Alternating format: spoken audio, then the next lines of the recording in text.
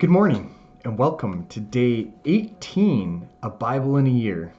Today we are going through the period of the patriarchs as we explore the Bible in 365 days. The reason why we're exploring the Bible is because it is the greatest love story between God and his people. And today we are following in the adventure timeline that was created by Jeff Cavins. We're following the New International Version, NIV. My name is Pastor Jay Lutz. Just a little note, sorry for the late post. I've had to move to my computer from my iPad, and it's taken quite a while. I'm not overly technologically savvy, but I try my hardest. So if I have any glitches, just let me know. Today we're going to be reading Genesis 35 to 36, Job 25 to 26, and Proverbs 3, 19 to 24. Genesis 35 to 36 brings us to Jacob returning to the land of Canaan, to Bethel specifically, and him building an altar to God. Chapter 37, we see the death of, chapter 36, we see the death of Rachel, mother of Joseph, who's also mother of Benjamin. She dies in Bethlehem. And then we see the death of Isaac, the father of Jacob and Esau. He dies and he's buried at Mamre, also known as Hebron, at the age of 180 years. So much for 120 years max. But this is great to see that God has given him prosperity in his years. Also, we hear from Job in chapters 25 26 about Job's friend Bildad of Shuhite, who we see in chapters 8 and 18, and Job's reply to him. And lastly, to Proverbs 3, 19 to 24, we hear from King Solomon how wisdom helps in the building of creation and how it is a priceless gift to never let go. Let's get into it. Chapters 35 of Genesis.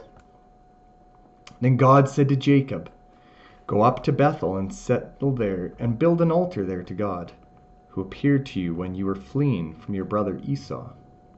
So Jacob said to his household and all who were with him, "Get rid of the foreign gods you have with you, and purify yourself and change your clothes. Then come, let us go to Bethel, where I will build an altar to God, who answered me in the days of my distress, and who has been with me wherever I have gone." So they gave Jacob all the foreign gods they had, and the rings in their ears, and Jacob buried them under the oak at Shechem. Then they set out, and the terror of God fell upon the towns and all around them, so that no one pursued them. Jacob and all the people with him came to Luz, that is Bethel, in the land of Canaan. There he built an altar, and he called the place El Bethel, because it was there that God revealed himself to him when he was fleeing from his brother. Remember, El in Hebrew means God. Now Deborah, Rebekah's nurse, died and was buried under the oak below Bethel. So it was named Elon Bakuth. After Jacob returned from Padan Aram, God appeared to him again and blessed him.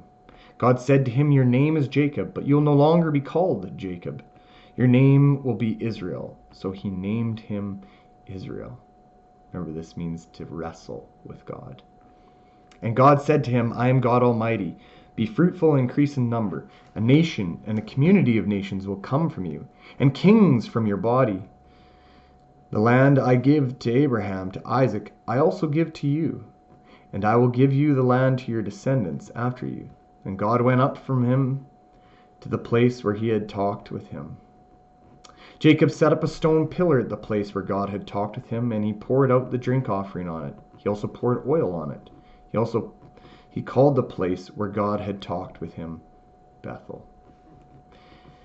Then they moved on from Bethel. While they were still some distance from Ephrath, that is Bethlehem, Rachel began to give birth and had great difficulty. And as she was having great difficulty in childbirth, the midwife said to her, "Don't be afraid, for you have another son." As she breathed her last, for she was dying, she named her son Ben-Oni, but his father named him Benjamin. So Rachel died and was buried on the way to Ephrath, that is Bethlehem. Over her tomb, Jacob set up a pillar, and to this day that pillar marks Rachel's tomb. Israel moved on again and pitched his tent beyond Migdal Eder. While Israel was living in that region, Reuben went in and slept with his father's concubine, Bilhah, and Israel heard of it. Jacob had 12 sons, the son of Leah, Reuben, the firstborn of Jacob, Simeon, Levi, Judah, Issachar, and Zebulun. The sons of Rachel, Joseph and Benjamin. The sons of Rachel's maidservant, Bilhah, Dan and Naphtali. The sons of Leah's maidservant, Zilpah, Gad and Asher. These were the sons of Jacob who were born to him in Padan Aram. Jacob came home to his father Isaac in Mamre, near Kiriath Arba, that is, Hebron, where Abraham and Isaac had stayed. Isaac lived 180 years. Then he breathed his last and died, and was gathered to his people, old and full of years. And his sons Esau and Jacob buried him. Chapter 36. This is the account of Esau, that is Edom. Esau took his wife from the women of Canaan, Adah, daughter of Elon, the Hittite, and Oholibamah, daughter of Anah, and granddaughter of Zibeon the Hivite, also Basemath, daughter of Ishmael, and sister of Nebaioth. Adah bore Eliphaz to Esau. Basemath bore Reuel, and Oholibamah bore Jeush, Jalem, and Korah. These were the sons of Esau who were born to him in Canaan. Esau took his wives and sons and daughters and all the members of his household, as well as his livestock and all other animals, and all the goods he had acquired in Canaan, and moved to a land some distance from his brother Jacob. Their possessions were too great for them to remain together. The land where they were staying could not support both them because of their livestock. So Esau, that is Edom, settled in the hill country of Seir. This is the account of Esau, the father of the Edomites, in the hill country of Seir. These are the names of Esau's sons: Eliphaz, the son of Esau's wife Adah, and Reuel, the son of Esau's wife Basemath. The sons of Eliphaz: Teman, Omar, Zepho, Gatam, and Kenaz. Esau's son Eliphaz also had a concubine named Timnah, who bore him Amalek. These were grandsons of Esau's wife Adah. The sons of Reuel: Nahath, Zerah, Shammah, and Mizah. These were grandsons of Esau's wife Basemath. The sons of Esau's wife Oholibamah, daughter of Anah, and granddaughters of Zibeon, whom she bore to Esau: Jeush, Jalem, and Korah. These were the chiefs among Esau's descendants. The sons of Eliphaz, the first son of Esau: chiefs Teman, Omar, Zepho, Kenaz, Korah, Gatam, and Amalek. These were the chief descendants from Eliphaz in Edom. They were grandsons of Adah. The sons of Esau's son Reuel: chiefs Nahath, Zerah, Shammah, and Mizah. These were the chief descendants from Reuel in Edom. They were grandsons of Esau's wife Basemath. The sons of Esau's wife Oholibamah: chiefs Jeush, Jalem, Korah.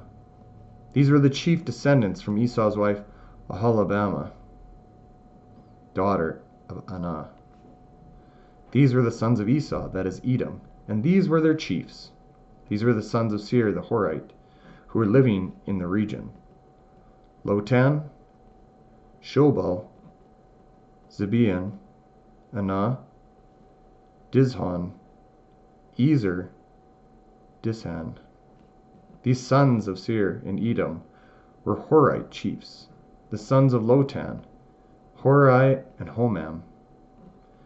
Timnah was Lot's sister. The sons of Shobal, Alvan, Manahath, Ebal, Shepho, and Onam. The sons of Zibeon, Aya, and Anna. This is the Anah who discovered the hot springs in the desert while he was grazing the donkeys of his father, Zibeon. The children of Anah, Dishon and Aholabama, daughter of Anah. The sons of Dishon, Hemdan, Eshban, Ithran, and Kiran. The sons of Ezer, Bilhan, Zaavan, and Akan. The sons of Dishan, Uz and Aran. These were the Horite chiefs, Lotan, Shobal, Zibeon, Anah, Dishon, Ezer, Dishan. These were the Horite chiefs according to the divisions in the land of Seir. These were the kings who reigned in Edom before any Israelite king reigned. Bela, son of Beor, became king of Edom. His city was named Dinhaban. When Bela died, Jobab, son of Zerah, from Bozrah, succeeded him as king. When Jobab died, Husham, from the land of Temanites, succeeded him as king. When Husham died, Hadad, son of Bedad, who defeated the Midianites in the country of Moab, succeeded him as king. His city was named Avith. When Hadad died, Shamlah from Masrekah succeeded him as king. When Shamlah died, Shaul from Rehoboth on the rivers succeeded him as king. When Shaul died, Baal-Hanan, son of Achbor, succeeded him as king. When Baal-Hanan, son of Achbor, died, Hadad succeeded him as king. His city was named Peu, and his wife's name was Mehetabel, daughter of Matred, the daughter of Mizahab. These were chief descendants from Esau by name according to their clans and regions: Timnah, Alva, Jephthah, Oholabama, Elah, Pinon, Kenaz, Teman, Mizbar, Magdiel, and Aram. These were the chiefs of Edom according to their settlements in the land they occupied. This was Esau, the father of the Edomites. The end of chapter 36. Our next reading comes from Job, chapters 25 to 26. Bildad. Then Bildad the Shuhite replied, "Dominion and awe belong to God. He established order in the heights of the heaven. Can his forces be numbered? Upon whom does his light not rise? How then can a man be righteous before God? How can one born of woman be pure? If even the moon is not bright, and the stars are not pure in his eyes, how much less man, who is but a maggot, a son of man, who is only a worm?" Chapter 26. Then Job replies, "How you have helped the powerless! How you have saved the arm that is feeble! What advice you have offered to one without wisdom! And what great insight you have displayed! Who has helped you utter these words, and whose spirit spoke from your mouth? The dead are in deep anguish, those beneath the waters and all that live in them. Death is naked before God. Destruction lies uncovered. He spreads out the northern skies over empty space. He suspends the earth over nothing. He wraps up the waters in his clouds. Yet the clouds do not burst under their weight. He covers the face of the full moon, spreading his cloud over it. He marks out the horizon on the face of the waters, for a boundary between light and darkness. The pillar of heavens quake, aghast at his rebuke. By his power he churned up the seas. By his wisdom he cut Rahab to pieces. By his breath the skies became fair. His hand pierced the gliding serpent. And these are but the outer fringes of his works. How faint the whisper we hear of him. Who then can understand the thunder of his power?" The last reading is from Proverbs 3, verses 19 to 24. By wisdom the Lord laid the earth's foundation. By understanding he sets the heavens in place. By his knowledge the depths were divided, the clouds let drop the dew. My son, preserve sound judgment and discernment. Do not let them out of your sight. They will be life for you and ornaments to grace your neck. Then you will go on your way in safety, and your foot will not stumble. When you lie down, you will not be afraid. When you lie down, your sleep will be sweet. I just love these words of Proverbs as Solomon talks about wisdom creating the foundations of the world. Understanding sets the heavens in place. And that he might preserve, his son might preserve sound judgment, discernment, and not let them out of his sight. And he says he should wear them like ornaments upon their necks, that they might go safely and not stumble. This is my hope for you as well. And then we hear from Job. Job replies to Bildad, and I love what he says about this, the very last verse. Who then can understand the thunder of his power? We really can't understand the extent of God's power, and how even death itself is naked before God. Destruction lies uncovered. God sees all, he knows all, and yet he is still gracious and merciful and understanding. What a beautiful God we have. And lastly, we talk about in Genesis, we talk about Jacob returns to Canaan. And this is a beautiful part, because not because everyone seems to die. I mean, that's the sad part with Rachel and Isaac dying. Although, man, does Isaac ever live a long time. 180 years. That's incredible. But the part that I think is amazing is he makes this covenant with God, and God changes his name from Jacob to Israel. And I think this is a beautiful moment because he acknowledges that he has wrestled with God, and now after wrestling with God, he has come to good terms with his brother Esau. As a result, he eventually completes his family line. We see with the birth of Benjamin to his wife Rachel before she dies, unfortunately in childbirth. It's always sad to hear when women die in childbirth. And then we see that he sets up the stone pillar, and this then becomes Bethel, where this will be one of the places of worship that is long time standing to worship God. And so we just, like Jacob, praise the God of Abraham, Isaac, and Jacob, and we delight in this covenant that they have with God and the blessings that come with that. May you be blessed this day, and may you be a blessing to others. I ask that your prayers might be with me as I continue in this Bible year, that I might continue in with the energy to continue in it. And I pray for you all that are listening, that you might be blessed through this reading of God's holy word. Thank you for joining us today. Take care.